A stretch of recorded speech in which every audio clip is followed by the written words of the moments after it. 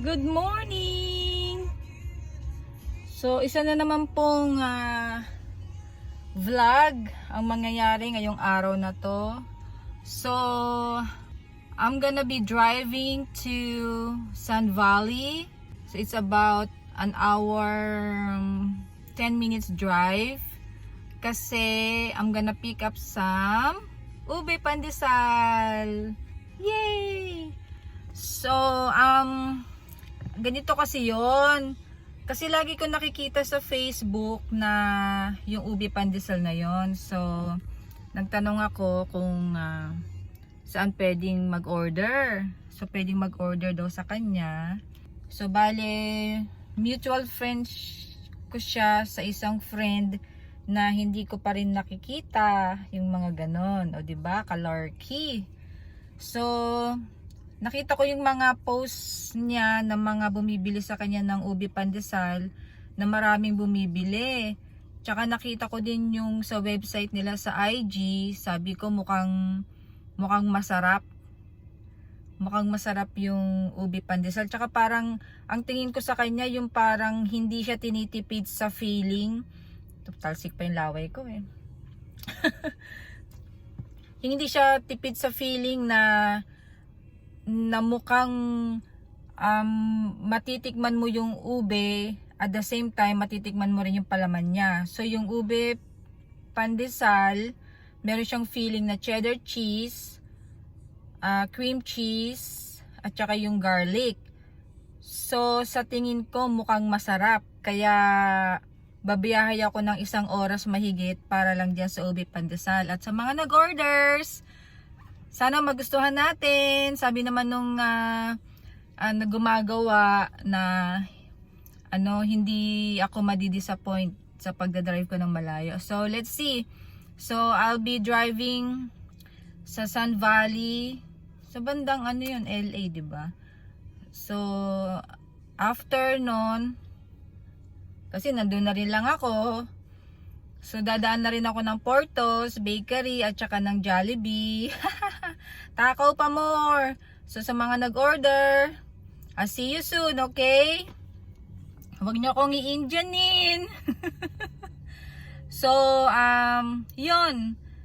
Magda-drive na ako and sana makita ko kaagad yung pupuntahan ko kasi hindi ko kabisado yung lugar na yon. So, ayun. Tsaka pakibilangin nyo kung ilang so yung sasabihin ko ha. Meron kayong premyo sa akin. So, ayan na. Ilang so na yon. Pati ba rin Hindi yung so na lang. Bilangin nyo kung ilan yung so. Kaya drive na tayo. And I'll see you soon. Tara, samahan nyo ako. See you in an hour-ish, more than an hour probably yung driving. So hopefully hindi traffic kasi it's Sunday tsaka tanghalian. So sana hindi traffic. Ayan. Okay, I'll see you later. Nandito na ako. So time check 11:59. So 12 o'clock yung usapan namin. So, nandun yung bahay nila sa bandang likod. Tapos, ang lugar dito, pataas. So, talagang literal na inakyat ko ang bulubundukin na to para lang sa ube pandesal. O, diba? Kaloka! So, ito yung daanan niya. Ayan. Diyan ako pumanek. Ayan, nagsuot na ako ng mask. Tapos, ang gagawin ko, iikot ako sa tapat ng bahay kasi meron din nag-pick up. Pero umalis na. So, iikot lang ako doon. Okay? So, lalabas na siya. Yay! Lalabas na rin ako.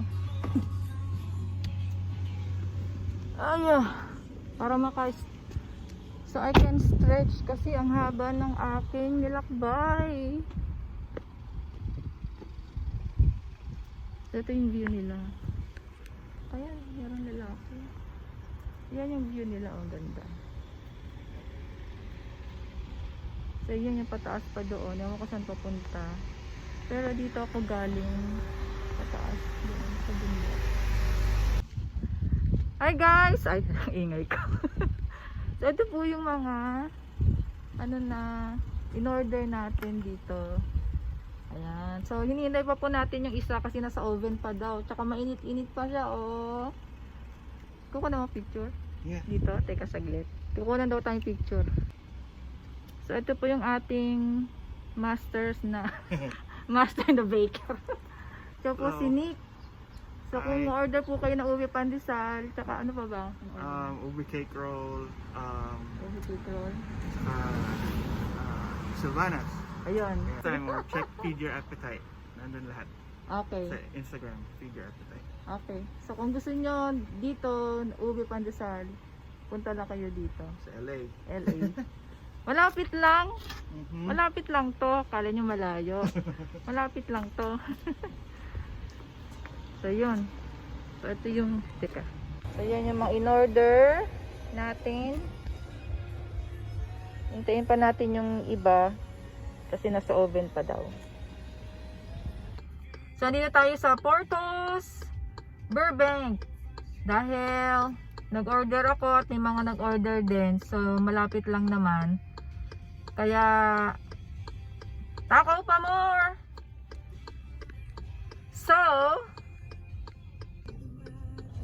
So guys, buksan natin itong in-order ko from Feed Your Appetite.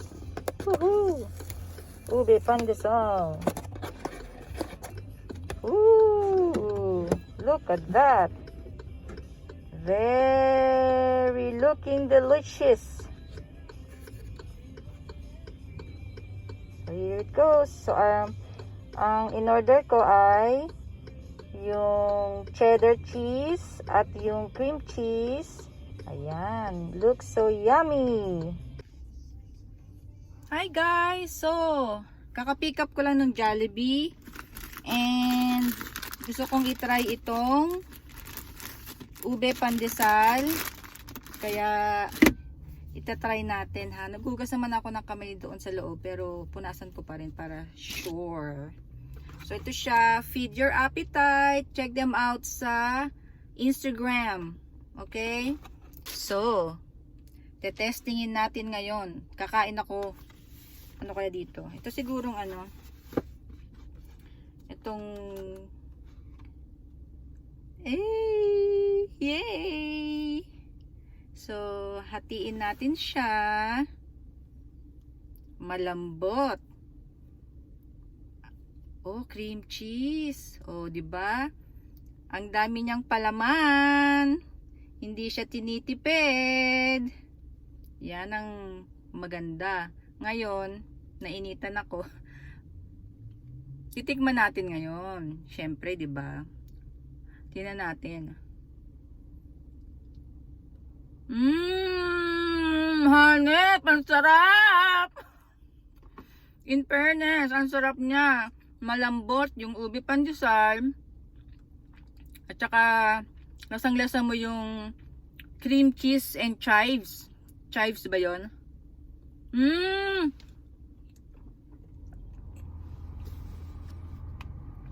Ang sarap. Thank you Nick and wife for making this. Plastic pa yung laway ko. Making this delicious ube pandesal. Sulit na sulit yung aking biyaheng 1 oras and 6 minutes sa LA. Magugustuhan nyo to yung mga nag-order. Ang sarap talaga niya. Parang gusto ko na lang tumigil dito sa sasakyan at kainin lahat ng ube pandesal na in-order ko. Oh, 'di ba? Ay. Hindi siya tipid sa palaman, kita nyo ba? Yeah, kita nyo naman, 'di ba? Ang daming palaman sa loob.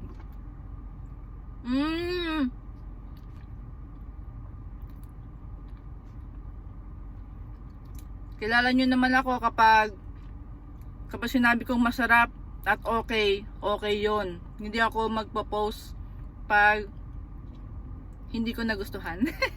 Masama ugali ko. Pero masarap talaga. Thank you. Thank you din kay Joseph, sa kaibigan mo na natatag siya, kaya doon ko nalaman na Merong ube pandesal dyan. Salamat!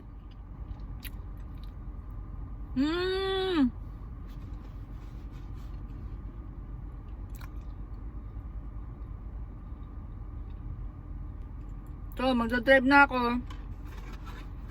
Dahil naghihintay na yung mga pipick up ng orders nila. Excited na. Masisiyahan kayo dito. Ube pandesal, feed your appetite. Instagram. Okay? Lang ako. Long time no see. Ito na yung order. So yun guys, nakapag-pick up na tayo ng ube pandesal, Portos, and Jollibee. Kung ang gusto nyo mag-order ng ube pandesal, just check out their website sa IG, Feed Your Appetite. Masarap siya talaga. So yun lang, thank you for watching, and if you can like, subscribe, and click the notification bell. I appreciate it. Aloha! Thank you! Hindi ko na siya paaabutin bukas. Kakainin ko na siya ngayon lahat. Yay! I'm gonna eat it with my Jollibee palabok. Oh, diba? Sinong matakaw ngayon?